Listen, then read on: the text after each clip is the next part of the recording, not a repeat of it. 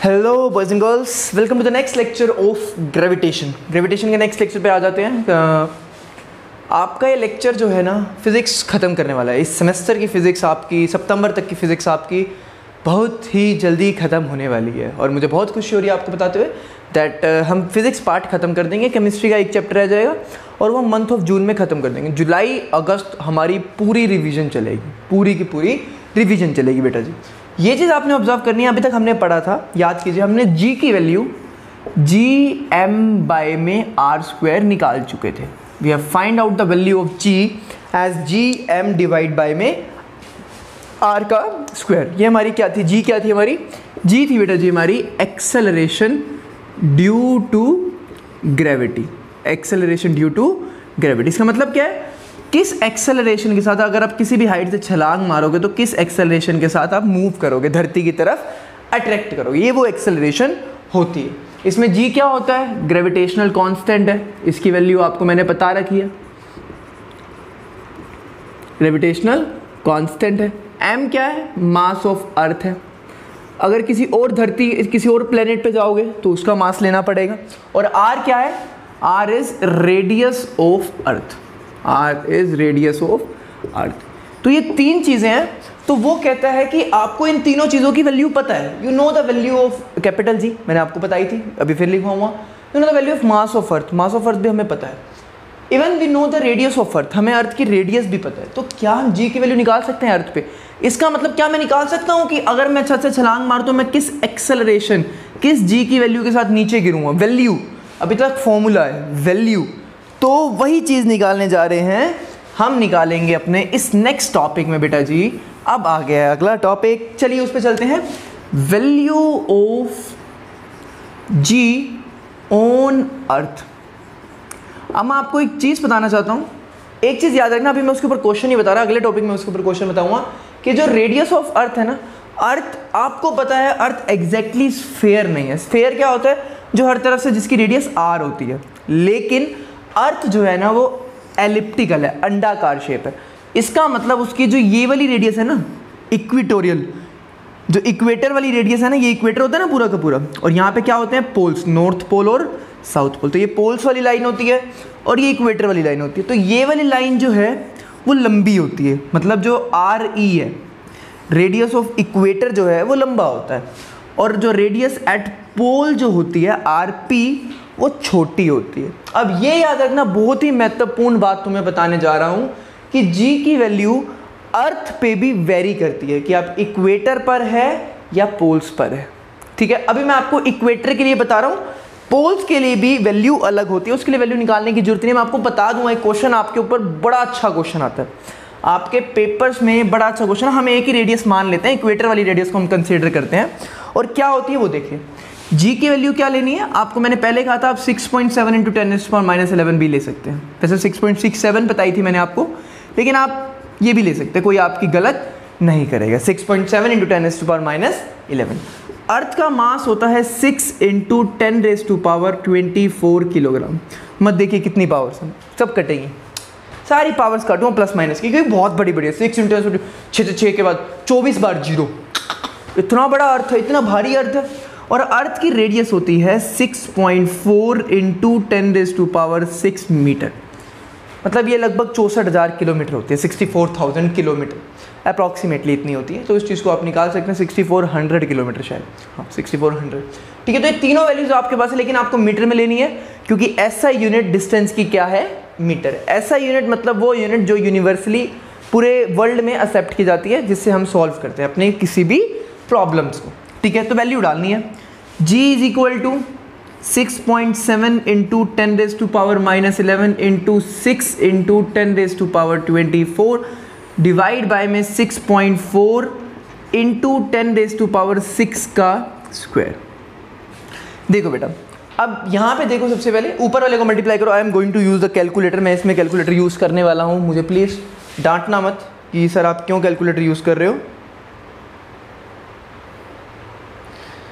तो I am going to use the calculator. मैं सबसे पहले सारी कैलकुलेशंस को मल्टीप्लाई कर रहा हूँ। 6.7 को मैं 6 से मल्टीप्लाई कर रहा हूँ सबसे पहले। आई am going to multiply 6.7 × 6, I got 40.2। और इधर पावर 24 है, इधर पावर -11, तो मैं लिख सकता हूँ 24 माइनस 11, ठीक है, क्योंकि आपके अगर पावर जो होती है वो सारी जैसे होंगी वो ऐड अप होती जाएंगी अगर मल्टीप्लाई में, तो यहाँ 24 माइनस 11। नीचे देखिए, अब नीचे अगर स्क्वायर है और स्क्वायर के अंदर दो नंबर्स हैं, एक ये है और एक ये मल्टीप्लाई में, तो दोनों का अलग अलग स्क्वायर करना पड़ेगा, दोनों का अलग अलग स्क्वायर करना पड़ेगा। ठीक है बेटा जी, मैं पूरी चीज़ डिटेल में बता रहा हूँ, पूरी चीज़, और मेरे हाथ साथ मोबाइल नहीं जाने वाला अभी थोड़ी देर के लिए। तो ये चीज़ मेरा पहला पार्ट हुआ है, अभी क्वेश्चन सॉल्व नहीं हुआ।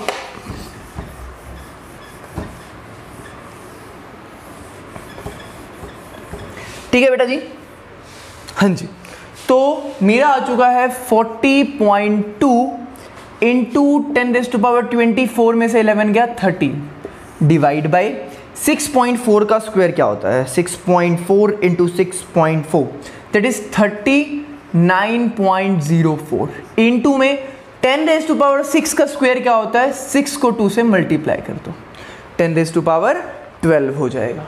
ठीक है बेटा जी, ये हो गया 40.2 डिवाइड बाय में 39.04 इंटू में 10⁻13, नीचे प्लस किया ऊपर जाके माइनस किया। ठीक है जी, आपका हो गया 40.2 इंटू 13 में से 12 गया 1 तो लिखो या ना लिखो एक ही बात होती है, और नीचे लिख दिया 39.04। 40.2 को 10 से मल्टीप्लाई करोगे क्या हो जाएगा, 402 पॉइंट हट जाएगा, और नीचे बच गया आपका 39.04। इन दोनों को डिवाइड करोगे आपको आंसर मिलेगा 9.8 मीटर पर सेकेंड स्क्वायर, 9.8 मीटर पर सेकेंड स्क्वायर। ठीक है बेटा जी, अब ये आंसर जो है ये आपकी है acceleration due to gravity on अर्थ।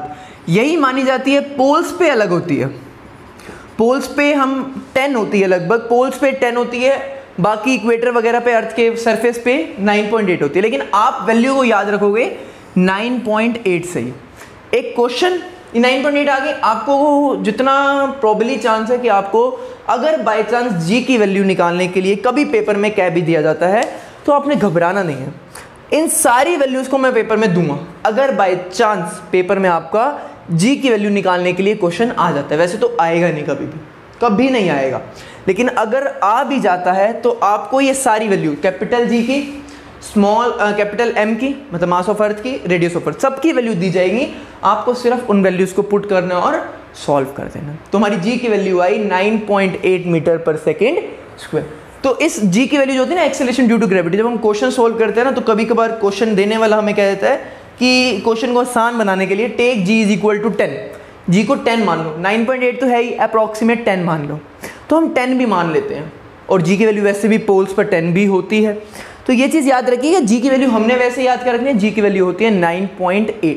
इसका मतलब क्या, इसका मतलब अगर आप किसी भी छत से छलांग मारोगे तो वो आप जब नीचे गिरोगे तो 9.8 एक्सेलरेशन के साथ नीचे गिरोगे। इसका मतलब समझो कि हर एक सेकंड के बाद आपकी स्पीड 9.8 बढ़ जाएगी। एक सेकंड बाद 9.8, दूसरे सेकंड बाद और 9.8 19.6, फिर तीसरे सेकंड बाद और 9.8 29.4, फिर 9.8 39.2। तो ऐसे ही कंटिन्यूसली आपकी स्पीड बढ़ती जाएगी। कितनी, हर सेकंड 9.8। एक्सेलरेशन का यही तो मतलब होता है कि आपकी स्पीड जो है वो हर सेकंड कितना बढ़ रही है। ठीक है बेटा जी, तो ये आपकी क्या होती है, acceleration due to gravity, acceleration due to gravity. ठीक है, अब इसी के ऊपर एक क्वेश्चन जो मैंने आपको अभी कहा था कि मैं आपको करवाने वाला हूं वही देखते हैं। सर जी ये क्वेश्चन ने बजा दी है, लॉकडाउन ने तबाह कर दिया है और हमारी पूरी वाट लग चुकी है, लेकिन मामू सोना नहीं है, सोना नहीं है, जागते रहना है, देश को जगाना है, पूरा सपोर्ट दिलाना है देश को। ठीक है बेटा जी, तो काम करना है, मेहनत करनी है। ठीक है बेटा जी, तो अब आती है वाई डज, एक क्वेश्चन है और पेपर में बड़े अच्छे चांस है। Why does the value of small g, मैं स्मॉल जी बोलता हूँ लेकिन आपने सिर्फ उसको स्मॉल जी मतलब एक्सेलरेशन ड्यू टू, क्योंकि कैपिटल जी भी है इसमें, value small G varies from poles to equator, equator से पोल्स तक वैल्यू जो है वो वेरी क्यों करती है। अब आंसर सुनिए इसका, ये कहता है वी नो दैट, ये नहीं कहता मैं ही कहता हूँ, we know that earth is not exactly not exactly spherical in shape. Earth is not exactly spherical in shape. It is elliptical. It is elliptical. अब समझने के लिए आप डायग्राम भी बना सकते हैं। तो जो रेडियस है सेंटर ओ मान लो, तो radius R E radius of equator मान ली, और ये आर पी रेडियस एट पोल। तो मतलब जो पोल पे रेडियस है वो आर पी और जो इक्वेटर पर रेडियस है वो आर ई। ठीक है, वी नो दैट, हमें पता है कि जो इक्वेटर पर रेडियस होती है वो ज़्यादा होती है पोल से। मतलब यूं है, अंडा होता है ना, अंडा यूं चौड़ा होता है लेकिन ऊपर से छोटा होता है, तो रेडियस जो है इक्वेटर पर ज़्यादा है। Also G is inversely proportional to R square. G की वैल्यू आपने क्या याद करी थी, जी जो होता है वो जी एम बाय में आर स्क्वायर होता है। अब देखो जी भी कांस्टेंट है, अर्थ का मास भी नहीं बदल रहा, तो जी किसके ऊपर डिपेंड कर रहा है, आर स्क्वायर के ऊपर, और वो भी इनवर्सली, मतलब उल्टा। मतलब क्या है, जिसकी रेडियस ज़्यादा उसकी जी की value come. So radius of equator is greater than radius at poles। साथ में लिख देना आर पी और ये हो गया R E. Therefore value of G is less at equator, और कितनी होती है 9.8 मीटर पर second square, and more at poles, और पोल्स पे कितनी होती है 10 मीटर पर सेकेंड स्क्वायर। तो पोल्स पे इसकी वैल्यू होती है 10 मीटर पर सेकेंड स्क्वायर, और जो इक्वेटर होता है जी की वैल्यू क्या होती है 9.8 मीटर पर सेकेंड स्क्वायर। तो ये वैल्यू वेरी करती है। और एक और चीज़ याद रखना, ये धरती पे बताई अभी मैंने, सूरज पे चंद्रमा पे भी नहीं बताई। चंद्रमा में जी की वैल्यू अलग होती है, चंद्रमा पे 9.8 नहीं होती। एक सेकेंड, हेलो, हाँ अरुण, हाँ कहाँ पे है तू? एक बारी बेल बजा दे, मैं एक्चुअली ना स्कूल का लेक्चर बना रहा था, बेल बजा दे, मम्मी आ ही जाएंगे बाहर। वो स्कूल की कोई वो एसी वगैरह की सर्विस की बात करनी थी शायद। ठीक है, हाँ जी बेटा। तो देखिए, तो हमें ये पता लग गया कि जो जी की वैल्यू है वो पोल्स पे और इक्वेटर पे थोड़ी सी वेरी करती है। वहाँ पे 9.8 होती है और वहाँ पे 10 होती है। होप आपको आज का लेक्चर समझ में आया होगा। इट वॉज इंटरेस्टिंग लेक्चर, मुझे बहुत मज़ा आया। कोविड-19 से लड़ते लड़ते पूरा सिलेबस खत्म कर देंगे, मज़ा ही बहुत आएगा और आपको बहुत अच्छा समझ में भी आएगा। Thank you guys, have a nice day. कल फिर मिलेंगे। अल्लाह रब्बा सब मेहर करे।